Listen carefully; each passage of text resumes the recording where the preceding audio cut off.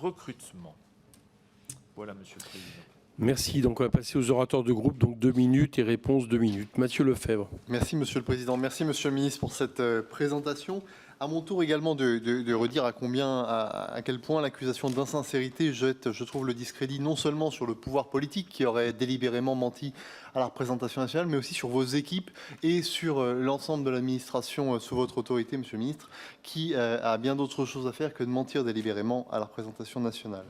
Le groupe Renaissance partage évidemment l'ambition du gouvernement de revenir sous les 3% de déficit en 2027, pas tant par fétichisme du chiffre de 3%, mais par impératif de souveraineté budgétaire et redit également tout son soutien à une politique économique qui a prouvé qu'elle pouvait donner des résultats. Pour y parvenir, on pense, comme vous, qu'il faut également plus d'emplois, que plus d'emplois, c'est plus de recettes, plus de croissance, et ça permet de financer notre modèle social. Et par conséquent, il faut agir sur tous les leviers, et notamment sur le levier de l'assurance chômage pour pouvoir y parvenir. On pense également qu'on ne répond pas à une baisse de recettes par des hausses d'impôts. Dans le fond, rien ne serait pire que d'aggraver le mal. Si on pense qu'en augmentant les impôts, on va augmenter les recettes, on fait une lecture un petit peu erronée, je crois, de notre histoire fiscale ces dernières années.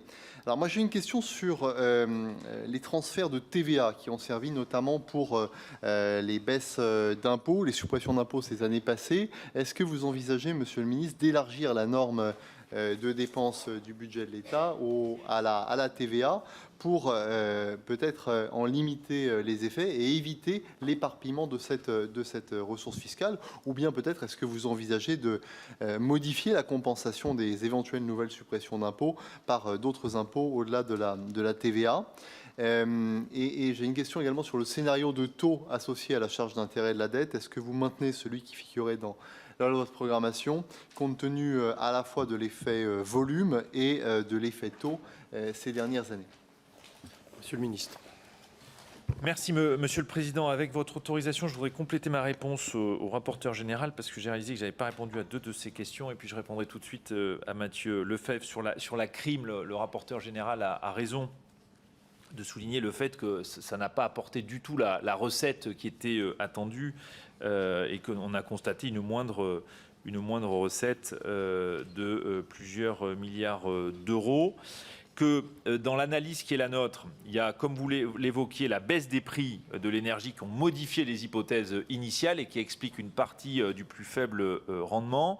Redire ici que quand on crée un impôt, c'est toujours difficile à calibrer, y compris les modalités de recouvrement, la solidité des prévisions, et qu'on avait permis la mobilisation de la capacité à imputer les pertes, y compris des pertes des années précédentes sur le montant de la crime.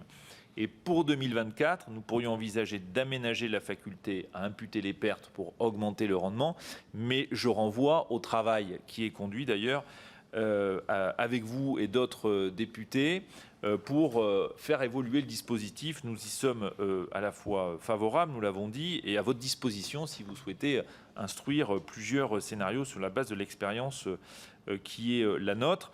Et puis également, redire un point qui renvoie à la question du président sur les reports. Il n'y a pas de monde dans lequel il y a 0 report.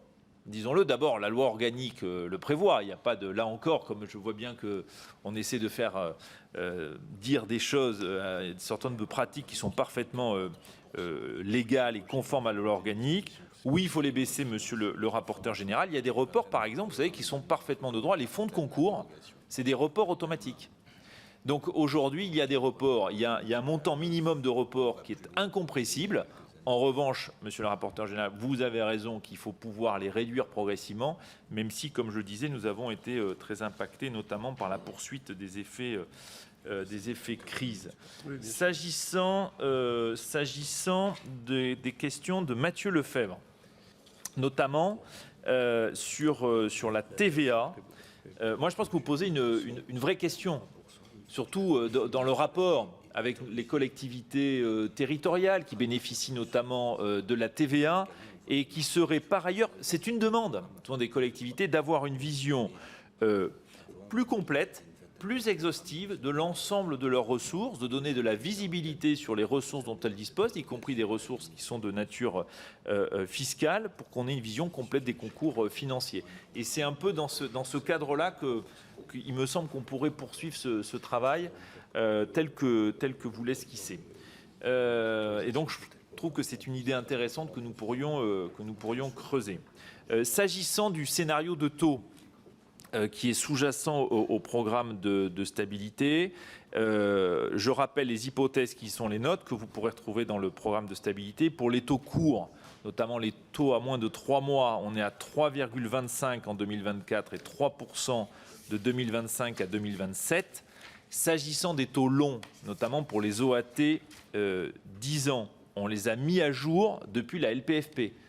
Et comment on les met à jour? En fonction de la situation de marché, notamment avec le travail mené par l'AFT. Et je vous redonne du coup les hypothèses de taux qui sont retenues. C'est 3,2% en 2024, 3,5% en 2025, 3,6% en 2026 et 2027. Et pourquoi finalement l'impact de la variation des taux sur la charge de la dette est progressif, notamment en raison du calendrier de refinancement de la dette.